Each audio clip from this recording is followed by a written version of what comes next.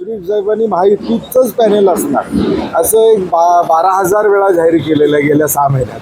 त्यामुळे आता माझं काय त्यांचं त्या बाबतीत बोलणं झालेलं नाही. कारण की मी ज्यावेळी गोकुळची निवडणूक लढवण्याचा निर्णय घेतला त्यावेळी शेतकऱ्याला 2 रुपये दर दूध वाढ देतो म्हणून सांगितलं. आम्ही ते तब्बल 12-14 रुपयावर दरवर त्या ठिकाणी दिले. कोट्यावधी रुपये त्या ठिकाणी वाचवायचं काम गेल्या 5 वर्षामध्ये केलेलं आहे. त्यामुळे आता पुढं देखील या गोकुळमध्ये शेतकरी विमुख कारभार करण्याची आमची भूमिका असणार आहे.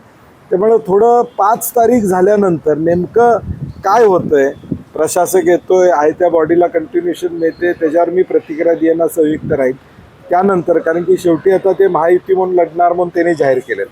आता मी समविचारी जे माझ्याबरोबर येतील, कोणी येतील, जे येतील त्यांना घेऊन लढायचा निर्णय आमचा पक्का आहे. सरकारमधली नाही, मला वाटते आजपर्यंत आम्ही राजकीय जोडे जिल्हा मध्यवर्ती बँक आणि गोकुळमधून बाहेर ठेवलेले आहेत. परंतु आता पुढच्या बाजूनं ते येणार असतील तर आम्ही त्याला काही थांबवू शकत नाही. कारण की आता महायुतीची सत्ता देशात, राज्यात, महानगरपालिकेत, जिल्हा परिषदमध्ये, पंचायत समितीमध्ये, मार्केट कमिटीमध्ये अशी सगळीकडे आहे. त्यामुळे आता गोकुळमध्ये सुद्धा त्यांना वाटत असेल की महायुतीची सत्ता यावी.